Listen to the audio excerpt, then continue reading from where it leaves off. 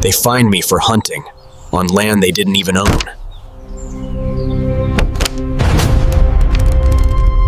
When my doorbell rang that Monday morning, I didn't expect to be handed a $4,500 citation.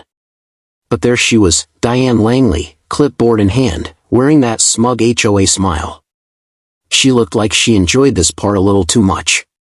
Unauthorized hunting on HOA-adjacent property, she said, like it was a federal crime. I looked at the notice, then back at her. I didn't argue. I didn't get angry. I smiled. Because what Diane didn't realize was that this piece of paper wasn't the end, it was the beginning. The start of something she couldn't control, couldn't predict, and definitely couldn't stop.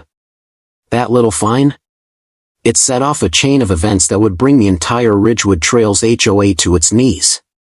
And it all started with a deer, a tradition, and a patch of forest she never had any right to. If you've ever dealt with an HOA that treats your neighborhood like their personal kingdom, stick around. This story's for you. Oh, and let me know in the comments where you're watching from. I have a feeling this kind of nonsense isn't just happening in New Hampshire. My name is Ethan Granger. I'm 39, and I work remotely as a systems engineer for a cybersecurity firm based out of Boston. After 12 years in the Marines and 5 more working 70-hour weeks in DC, I was burned out. I wanted quiet. Nature. A home where I could stretch my legs without sirens in the background. That's what Ridgewood Trails promised. Modern homes. Wide driveways. Trees everywhere. Just close enough to town for errands, but far enough for peace. It was perfect, on paper. I bought a place on the far edge of the neighborhood, right where the pavement ends and the forest begins. Paid a premium for the lot, but I didn't mind. For me, it was worth it. What I didn't realize was that peace comes with a price, and sometimes that price wears high-end hiking boots and holds a clipboard. From day one, Diane Langley made it clear who was in charge. She dropped by during my first week with a welcome basket, some artisanal soap, cookies that tasted like they came from 2004, and a thick pamphlet of HOA bylaws. "We're all about harmony here," she said, smiling with only her mouth. "Most people find the rules comforting once they get used to them." Her words were friendly. Her tone was a warning. I tried to stay under the radar. Paid dues on time. Kept my lawn trimmed. Didn't go to meetings. According to my neighbor Anna, who taught at the local middle school, those meetings were less about discussion and more about Diane talking and everyone else nodding. "Don't poke the bear," Anna warned me. Diane runs Ridgewood the way a CEO runs a startup. And she's not afraid to cut people out. For a while, I had no problems. I worked. I grilled on weekends. Took my dog, Milo, for long walks. Occasionally waved to neighbors. Then deer season arrived. I've been hunting since I was 10 years old. My grandfather taught me the basics: how to move quietly, how to respect the land, how to clean a rifle properly. It was never about trophies. It was about being still, being present, and providing food the way my family always had. That year, I didn't want to drive out hours into the mountains. So I started scouting around. That's when I noticed the land just beyond the HOA boundary. It was beautiful, hundreds of trees, a slow-moving creek, clearings perfect for setting up. But what surprised me most was that no one seemed to use it. No signs. No fences. Just wilderness. Curious, I checked county records. The land wasn't owned by the HOA. It belonged to a man named Walter Clemens, who now lived in South Carolina. He'd inherited the property from his father and hadn't visited in years. I tracked down an email and sent him a respectful message, explaining who I was and asking for permission to hunt there. 2 days later, I got a reply. "Son, you're the first person to even ask," he wrote. "If you treat that land right and don't leave a mess, it's yours to use. Send me a picture if you get something nice." I was stunned. And grateful. What I didn't realize was that I'd just walked into a war zone without knowing it. Because while Walter legally owned the land, the HOA had been using it for years.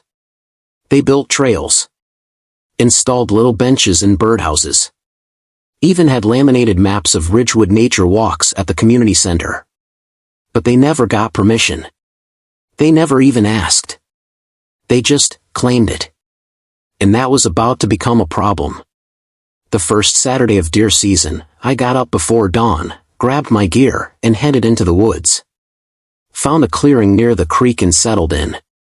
Around 9 a.m., I spotted a beautiful buck, strong, 10-point, probably over 200 pounds. I took the shot clean. Just as I was field dressing it, I heard voices.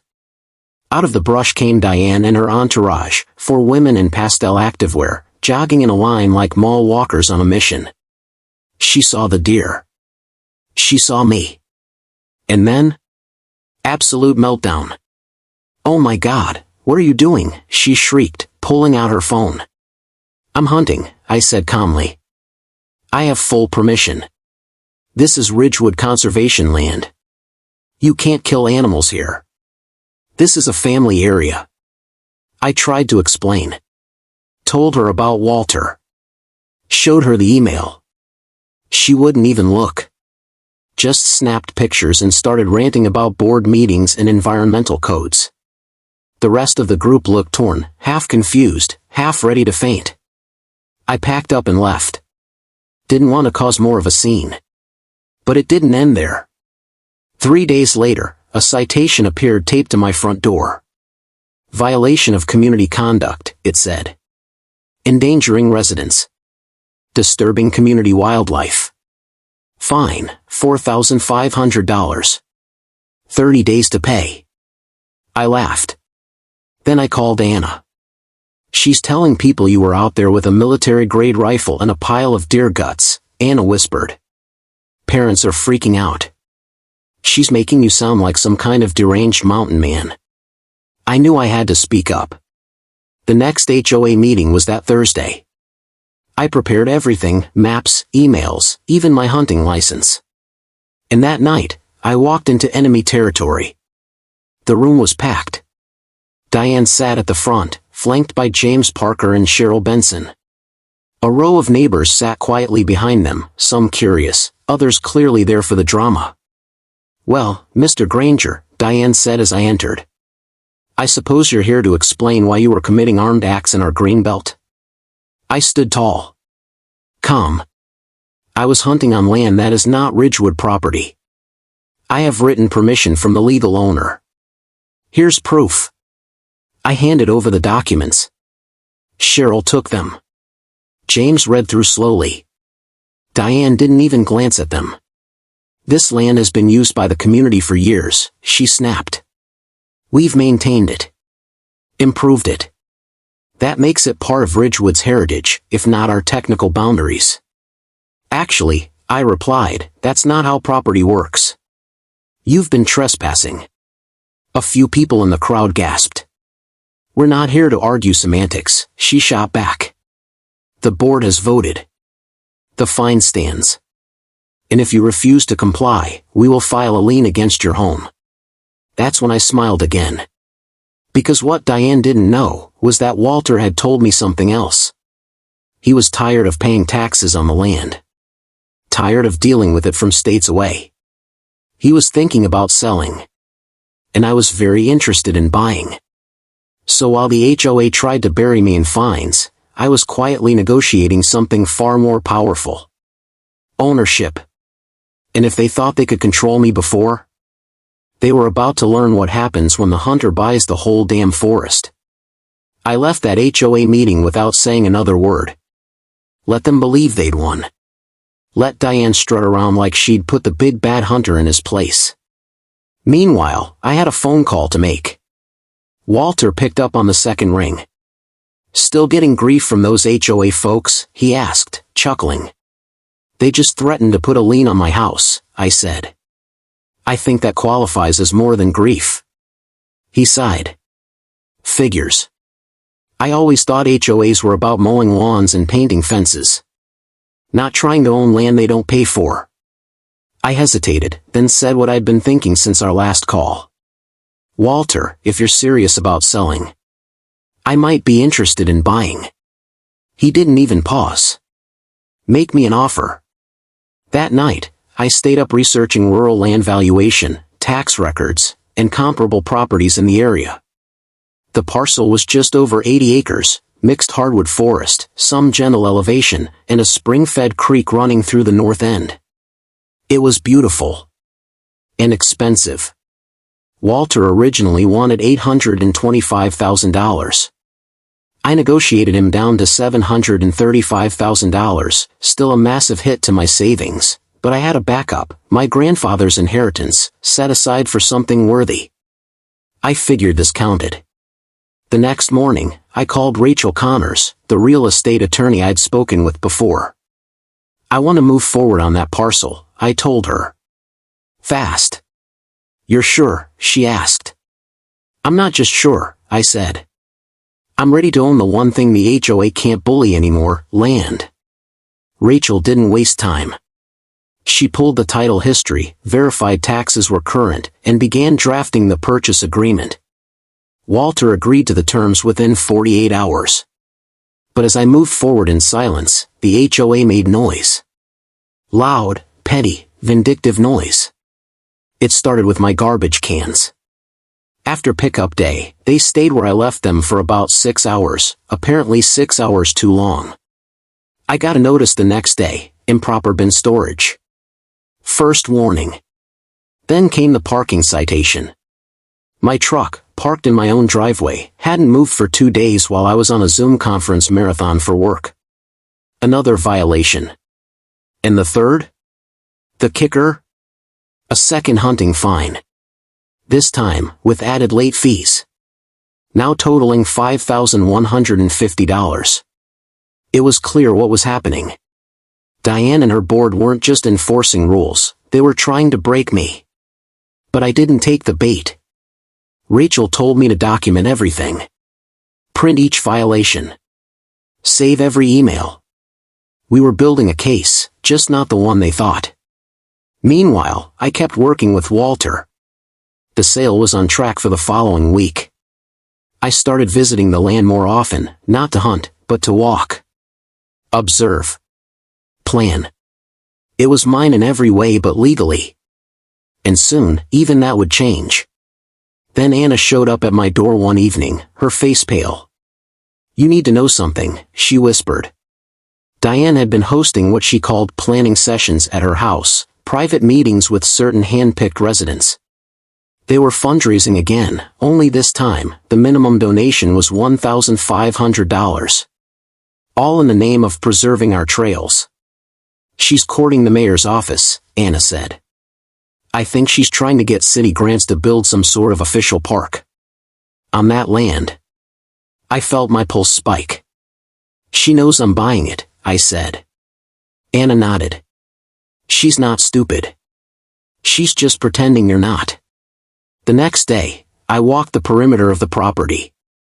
That's when I saw him. A man in khakis with a clipboard and a laser measure, walking the southern boundary. Taking notes. Snapping photos. When he saw me, he packed up in a hurry and left. I checked with the county permits office the next day. There it was. An application filed by Ridgewood Trails HOA for a community nature space development project. The attached documents were outrageous, plans for paved trails, picnic areas, an outdoor amphitheater. And the name? The Diane Langley Nature Preserve. You cannot make this stuff up. But the real bombshell was in the grant application. It claimed the land was part of the Ridgewood Trails green space system maintained and funded by the community since 2011. Walter had never seen a dime. Never signed anything. Never gave them permission. They were trying to steal the land, through paperwork. Rachel shook her head when I showed her. They're bluffing, she said. They're trying to build precedent before you close. If you weren't about to become the owner, they might have pulled it off. Then she smiled. But once you're the legal owner, they don't have a leg to stand on. I didn't say it out loud, but in that moment, I felt it. This wasn't just a property battle anymore. This was war. And I had the high ground. The following Tuesday, I closed on the land. Rachel walked me through the paperwork. I signed, initialed, wired the funds. Walter's signature was the last piece. He smiled through the video call. "Make it yours," he said. "And make them regret ever pushing you." By 3 p.m., I had the deed. 82 acres of forest, water, and trail, legally mine. That evening, Diane showed up at my doorstep again. This time with James and Cheryl in tow. They had a letter in hand. "Mr. Granger," Diane said, her voice all honey and poison. "We've been patient. But as of today, your fines have reached $5,700. If we don't receive payment within 10 days, we'll begin lien proceedings." I didn't even flinch. "Thanks for stopping by," I said. "But before you go, there's something I'd like to show you." I handed her a folder. Inside was a copy of the newly filed deed. My name. The parcel ID. The county seal. James leaned in, trying to read upside down. Cheryl blinked. Diane froze. "You purchased it," she said, voice cracking. "I did. Yesterday, in fact. So you can stop threatening me over land that was never yours. And while we're on the topic, I'd advise you to remove any HOA materials claiming ownership. And cancel your fundraiser. Because if you so much as plant a birdhouse on my property now." I smiled. "I'll sue." Diane stared at me like she was trying to melt me with her eyes. "We've been using that land for over a decade," she hissed. "That gives us rights." "No," I replied, calm and direct. "That gives you a history of trespassing." I stepped back inside and closed the door gently. And on the table behind me, already printed and ready? Cease and desist letters. One for the HOA. One for the city office. And one, personally addressed to Diane Langley. I had no idea how far she'd go to fight back. But she had no idea what I was about to do next. Because this wasn't the end. It was the setup. And soon, I wouldn't just own the land. I'd control the narrative. The day after I handed Diane that deed, I expected silence. Instead, I got escalation. It started with subtle sabotage. My garbage cans were knocked over 3 days in a row. My mail started arriving late, sometimes opened. One morning, I walked outside to find a raw steak thrown onto my front lawn. Milo sniffed it, but I knew better. They were trying to intimidate me. Shame me. Scare me into backing down. But what they didn't know is, I don't back down. That week, I installed security cameras around the perimeter of my house. And I wasn't the only one watching. My attorney, Rachel, sent a formal cease and desist letter to the HOA and filed a public notice with the town, informing them that Ridgewood Trails had no claim, legal or implied, to my land. But while we were focused on the legal battle, Diane was focused on something else, reputation warfare. The next Sunday, I noticed something strange at the local cafe. 2 women who used to smile and wave now turned their backs when I walked in. One even clutched her kid's hand a little tighter as I passed. That same night, Anna knocked on my door again. "They're telling people you're violent," she said quietly. "Diane's calling it a security concern. She's been hinting that the HOA might need to involve the sheriff's department if you keep threatening board members." "Threatening?" I said. "I gave them a legal document. She knows that. But she's not trying to win in court anymore. She's trying to win in public." I realized then, Diane wasn't just fighting me on property lines. She was trying to exile me from the community. But what she didn't know was that while she was rallying gossip, I was collecting facts. The day after the smear campaign started, I made a call to Detective Leon Ward, a county investigator with a reputation for handling HOA corruption cases. Rachel had worked with him before. I explained everything, the false fines, the land use claims, the permit application using someone else's land. He didn't say much at first. Just asked me to send everything I had. So I did, scans of the permits, photos of the nature park signs, the deed, the timeline, even screenshots of social media posts accusing me of endangering Ridgewood families. 2 days later, he called me back. "We're going to start an inquiry," he said. "If the HOA raised funds or filed for development grants on land they didn't own, that's a problem. If they knowingly used a consulting firm tied to one of their own, that's a bigger one." That word, inquiry, was the first time I felt the tide turning. But I wasn't done. While Rachel pushed the legal angle, I took on something else, the money. Because if Diane had filed false paperwork, there had to be a trail. And if I followed that trail long enough, I knew exactly where it would lead. I requested a public audit of Ridgewood's HOA financials. By law, as a homeowner, I had the right to view how funds were being collected and spent, especially for a publicly discussed project like the so-called Diane Langley Nature Preserve. 3 days passed before I got a response from Cheryl, the treasurer. "We're reviewing your request," the email said. "Due to administrative delays, it may take up to 6 weeks. 6 weeks. Right. That afternoon, I got a knock at the door. This time, it wasn't Diane or James. It was a woman I'd never met, early 50s, windbreaker, eyes like she hadn't slept in days. "My name's Linda Holt," she said quietly. "I used to be the HOA secretary before Cheryl." I let her in. And in under 10 minutes, she dropped the bombshell I'd been waiting for. "I stepped down last year," she said, "because Diane stopped letting anyone see the books. All payments over $2,000 started going through a third-party consulting firm, something called Timberline Concepts." I blinked. "Never heard of it." "You wouldn't have," she said. "It's run by Diane's brother-in-law." She slid a flash drive across the table. "I saved copies before I resigned. I didn't know what to do with them until I saw the signs you put up. That's when I realized, she's doing it again." I opened the files that night. Invoices. Contracts. Meeting notes. Bank transfers.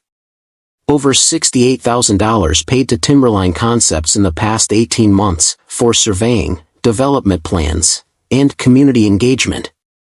All billed against the HOA's Nature Expansion Fund. None of it approved by public vote. And that fund? It was funded through special assessments. Donations. Even bake sales. They were taking money from Ridgewood families under the promise of building a park on land they didn't even own. Rachel reviewed the documents the next day and said just one word. Fraud. We packaged everything and sent it to Detective Ward, who opened a formal investigation. He said it would take time, these things always did, but it was serious. Diane wasn't just bending rules anymore. She was breaking laws. But even as the legal pressure built, the social pressure continued. Anonymous letters showed up in my mailbox. One said, "We don't want your kind here." Another simply read, "Leave." Someone keyed the side of my truck. Milo's water bowl was kicked over on my porch. HOA meetings were now closed-door events, no longer announced publicly. They were scared. Which meant they were dangerous. Anna warned me again. "She's telling people you're mentally unstable. That the land has made you paranoid. That you're dangerous." But I was done playing defense. It was time to go public. I reached out to a local journalist, Riley Shaw, from the Ashfield Ledger. She had a reputation for exposing shady small-town politics. I invited her over. I laid it all out, every document, every violation, every permit and invoice. She listened. Took notes. Asked sharp questions. When I handed her the photo of the trail map with Langley Nature Preserve written across the top, she just shook her head. "This'll make a hell of a story." The next morning, it did. Front page of the Ledger, HOA raised thousands for park on land they didn't own, new owner speaks out. By noon, I had 6 emails from Ridgewood residents, most of them surprised. A few of them furious. But all of them asking the same thing. What the hell is going on? And that evening? The HOA finally snapped. They delivered a certified letter from their attorney to my front porch, claiming I had maliciously defamed the character of Ridgewood Trails leadership and caused irreparable harm to the community. They were demanding $100,000 in damages. I read the letter, then laughed. Because they were right about one thing. There had been irreparable harm done to the community. Just not by me. And I was about to make sure everyone knew it.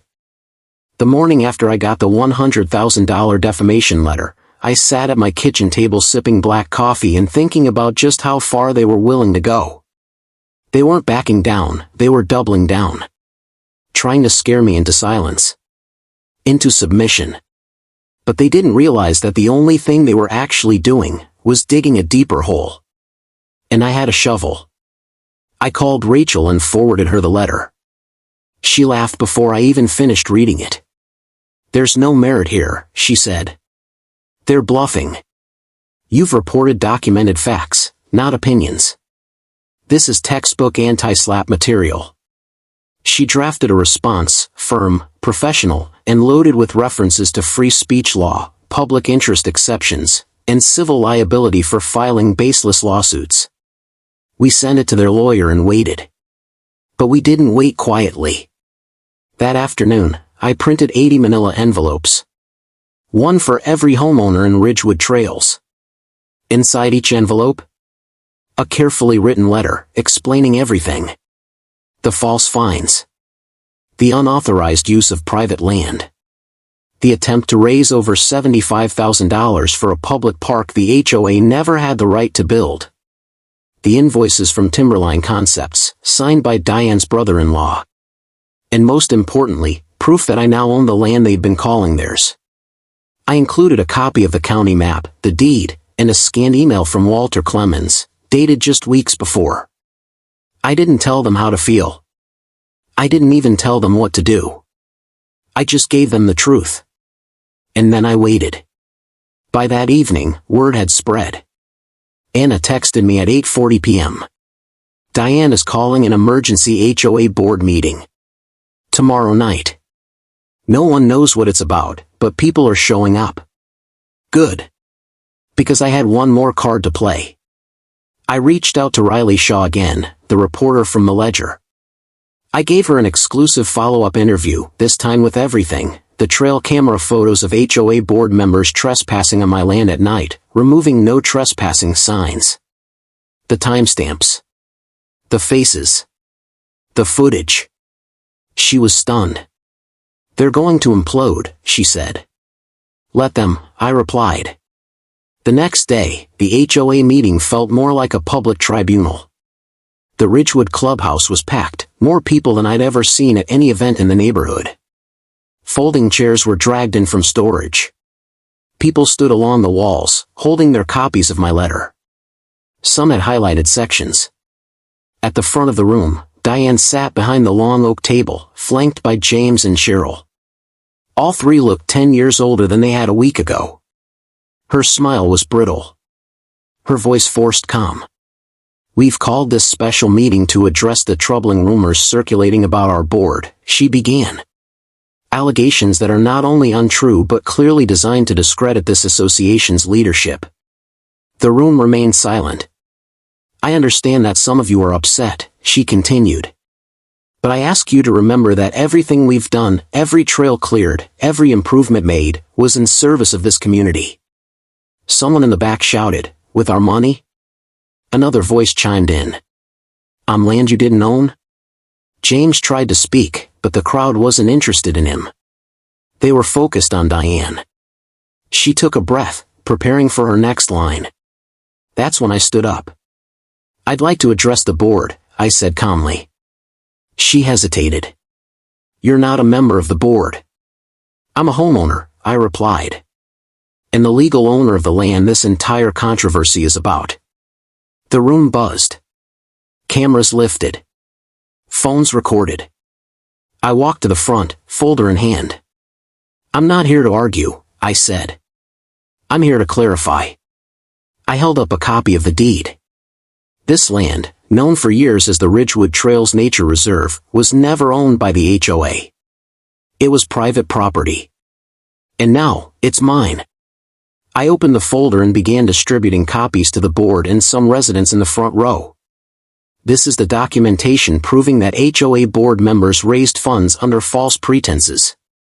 That those funds were directed to a company called Timberline Concepts, operated by Diane's brother-in-law. That no competitive bidding occurred. That no one informed the community the land was privately owned. Gasps filled the room.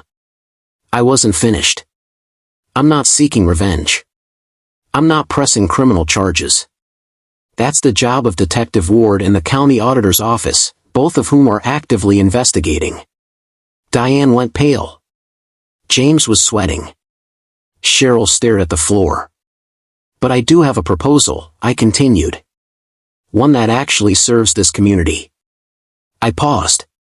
I'm willing to open a portion of my land, legally, officially, as a public trail. With proper insurance, conservation standards, and seasonal guidelines. People murmured in surprise. I'll pay for the signage. I'll maintain the paths. I'll even work with local conservation groups. On one condition. I looked straight at Diane. The current HOA board resigns. Immediately. And a transparent audit of all Ridgewood HOA finances is conducted by an independent firm. The room exploded. Some people applauded. Some stood in shock. A few board loyalists tried to yell over the crowd, but they were drowned out. Diane's mouth opened, but no words came out. Then, to everyone's surprise, Cheryl stood up. I'm resigning, she said, her voice shaking. I didn't know the land wasn't ours. I trusted Diane. But I'm not going down for something I didn't authorize. She grabbed her purse and walked out. James followed 5 seconds later, muttering, I didn't sign anything either. Diane sat alone. Someone shouted, Step down, Diane. Another, You lied to us. Her voice cracked as she stood. This community doesn't need outsiders with agendas, she snapped, pointing at me. It needs unity. And I'm not going to be bullied by some ex-military loner with a vendetta. That's when Detective Ward entered the room. He walked straight to the front. Calm, composed, and carrying a folder. Ms. Langley, he said, we have some questions about financial transactions and documentation submitted under your authority. I'd like you to accompany me to the station. Silence fell like a curtain. Diane tried to protest, but the detective raised a hand. You can speak with your attorney, he said. Let's go. She looked out at the room, at the cameras, the neighbors, the board she once ruled. No one spoke for her. No one stood up. She walked out flanked by law enforcement.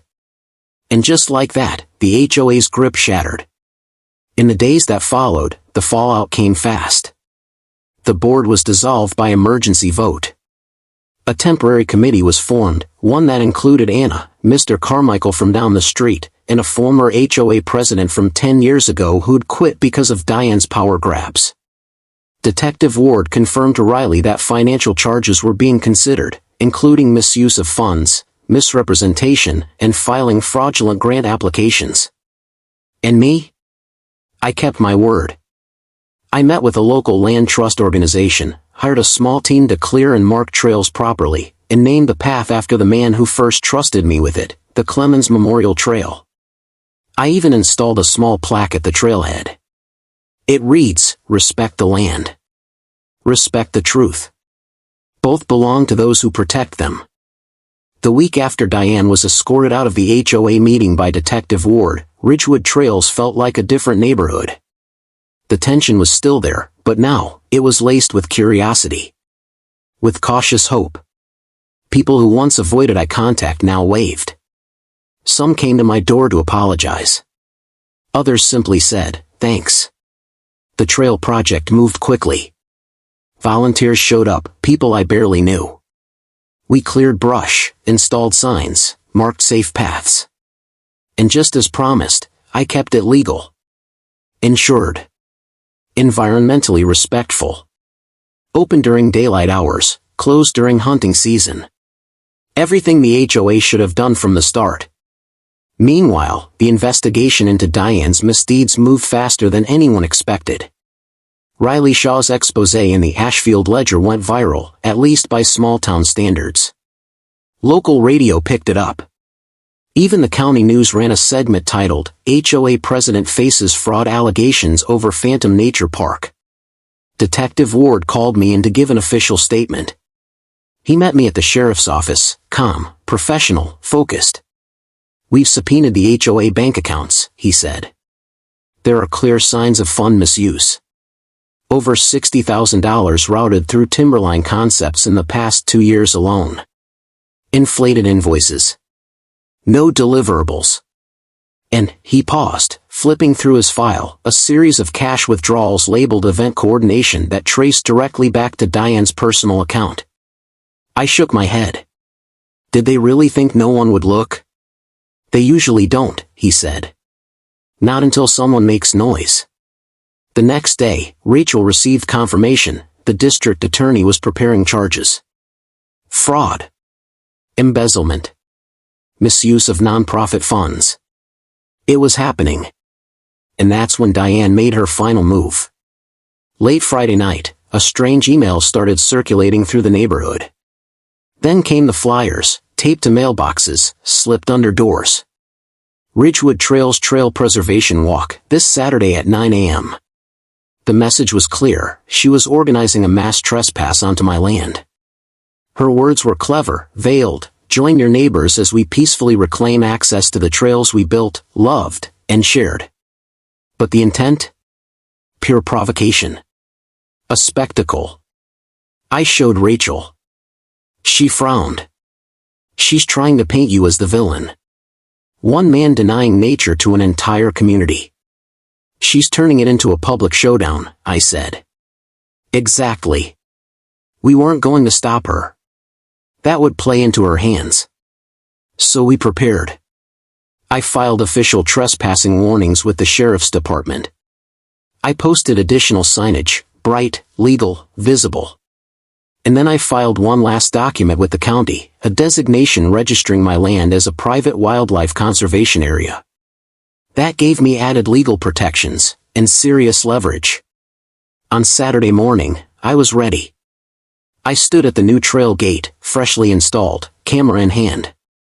Beside me was Amanda Shaw, a conservation officer I'd met through the Land Trust Group. A few deputies waited quietly near the road, low profile but present. At exactly 9 a.m., Diane arrived. She led about 30 people, wearing brand new hiking gear and carrying little flags and signs. One read, "Nature belongs to all." Another, "No tyrants in Ridgewood." She walked right up to the gate. "This fence is illegal," she declared to the small crowd and the smartphone cameras. "These trails are ours. This land was nurtured by the community for over a decade." I raised my voice so everyone could hear.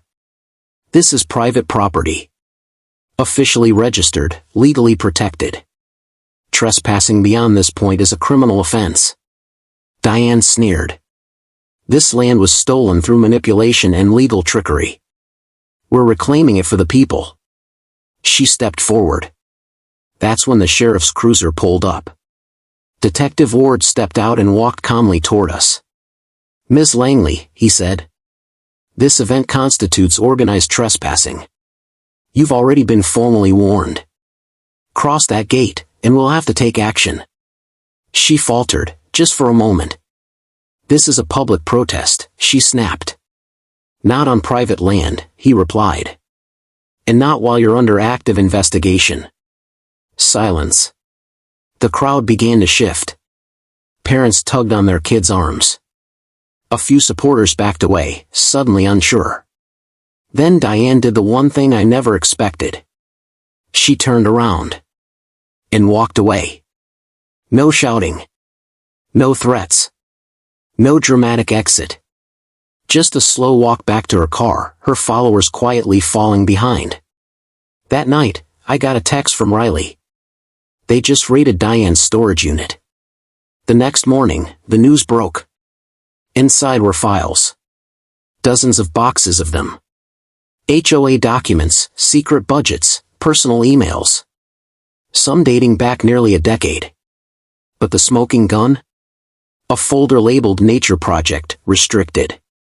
Inside were fundraising logs, grant applications, and receipts for personal items, a spa weekend in Vermont, an outdoor furniture set, a kitchen remodel. All paid with HOA money. Within 48 hours, formal charges were filed: fraud, embezzlement, tax evasion, and conspiracy to misuse nonprofit funds. And she wasn't alone. Timberline Concepts CEO, her brother-in-law, was arrested 2 days later. So was Cheryl, who, it turned out, had approved many of the fake invoices despite claiming she knew nothing. The fallout was massive. The state HOA regulatory board launched a full-scale audit of Ridgewood Trails. Several residents called for its dissolution entirely. But I had another idea. At the next community meeting, now led by an interim committee, I stood and made one final offer. I propose we keep the HOA. But we rewrite the rules. From the ground up. Transparency, term limits, external audits, resident voting on all major expenditures. And I'll formally donate access to part of my land, under a renewable community agreement. The motion passed unanimously. Not a single person voted no. That week, the trail officially reopened. We held a ribbon-cutting ceremony, just a simple gathering. No banners. No speeches. Just neighbors, walking paths they could now enjoy legally, openly, and without fear. At the entrance, we placed a wooden sign carved by one of the residents. It read, "Clemens Trail, restored by truth, preserved by community." 3 weeks after Diane Langley's arrest, Ridgewood Trails entered a new phase, what people around here started calling the rebuilding. It didn't happen all at once. It started quietly, an unspoken acknowledgement that the community had been led astray. That for too long, we'd allowed authority to masquerade as leadership. That trust had been weaponized. And now, it was time to take it back. For me, it started with a knock at the door. This time, it wasn't angry or official. Just a gentle knock from an elderly man holding a tray of cornbread muffins and an envelope. His name was Robert Hastings, 74 years old, one of the original Ridgewood homeowners. "I thought you should have this," he said, handing me the envelope. "It's from the very first HOA meeting. Before Diane took over." Inside was a one-page document, yellowed with age. Simple, handwritten, the original HOA charter. It spoke of cooperation, shared decision-making, transparency. None of the unilateral authority nonsense Diane had built over time. I kept it. Tacked it to my office wall. A reminder of what this neighborhood once wanted to be, and what it could still become. Meanwhile, the legal fallout continued. The court arraigned Diane on 8 counts of fraud, 2 counts of embezzlement, and 1 count of conspiracy. The charges were serious felonies. Her lawyer tried to paint it as misguided passion. Said she cared too much. The judge didn't buy it. Investigators uncovered nearly $110,000 in misused funds. Some spent on personal vacations. Some funneled into home upgrades. A portion was even traced to political donations made in Ridgewood's name, without any board approval. Cheryl Bennett accepted a plea deal. She agreed to testify against Diane in exchange for probation. Timberline's CEO, Diane's brother-in-law, was indicted separately. But Diane? She refused to plead guilty. She wanted a trial. She wanted a stage. And so, we gave her one. The courtroom was packed the morning opening statements began. Residents filled the benches. Reporters lined the aisles. The judge ordered silence, no outbursts, no commentary, but the tension was electric. I was called as a witness on day 3. I told the story. Calm, direct, factual. How I discovered the land's true ownership. How Diane's board fined me illegally. How I purchased the land, revealed the truth, and watched the entire web unravel. Her attorney tried to paint me as vindictive. I let him. Because the documents, the emails, the bank records, they didn't lie. Neither did Diane's own words. Detective Ward submitted a voice recording of a board meeting Diane hadn't known was taped, where she openly admitted the land's status. He'll never do anything with it. We've been using it for years. By the time he figures out what's going on, it'll be a park with my name on it. That was the moment the courtroom shifted. Even her supporters, those who'd stuck by her, visibly sank in their seats. By the end of the second week, it was clear, she was going down. The jury took only 6 hours to deliberate. Guilty. On all counts. The judge sentenced Diane Langley to 3 years in prison, plus restitution of every dollar misused. Her real estate license was revoked. She was banned from serving on any HOA or nonprofit board for life. She didn't cry. She just stared. At me. Like she still couldn't believe I was the one who stopped her. That afternoon, I stood outside the courthouse, surrounded by reporters. One of them asked, "How do you feel, now that it's over?" And I thought about it. About the buck I'd taken that morning in the woods. About the mailbox violations. The social exile. The night I saw her try to rally neighbors onto my property. Then I answered. "It's not over," I said. "It's just finally honest." That honesty rippled through Ridgewood. The HOA held a neighborhood-wide election the following month to rebuild the board from scratch. No secret ballots. No unopposed candidates. Every nominee submitted a statement, every vote counted publicly. Anna Mitchell was elected president, unanimously. Mark Jennings, the retired game warden who once defended me at that first meeting, became vice president. And me? I didn't run for anything. But I attended every meeting. And not just to listen. I showed up to help. When the community voted to reallocate the refunded fines and excess reserve funds, I made a motion. "Let's turn this into something good," I said. "Let's start a scholarship." We called it the Walter Clemens Grant for Ethical Leadership. $2,500 a year, awarded to a local high school senior planning to study law, public administration, or environmental science. The first recipient was Nia Lopez, the daughter of a landscaper who'd worked on Diane's old backyard, and never got paid. Walter cried when he found out. We flew him in for the dedication. He walked the trail, shook every hand, and told stories about his father's days farming the land long before Ridgewood even existed. At the trailhead, we placed a new plaque. This one was bronze. Dedicated to the idea that land cannot be stolen, only misused, and to those who choose to protect it. As Ridgewood moved forward, the neighborhood changed, not just in leadership, but in spirit. People smiled more. Meetings became conversations, not confrontations. Kids played on the trail without parents worrying about rules scribbled in some binder. Neighbors brought food to events again. We had a spring cookout with over 100 people. No agenda. Just burgers, laughter, and a trail walk at sunset. But Diane's shadow wasn't completely gone. Every now and then, someone would mention her. Not angrily. Not with venom. Just with reflection. "She really thought she was doing the right thing," one neighbor said. "Maybe she was, at first," another replied.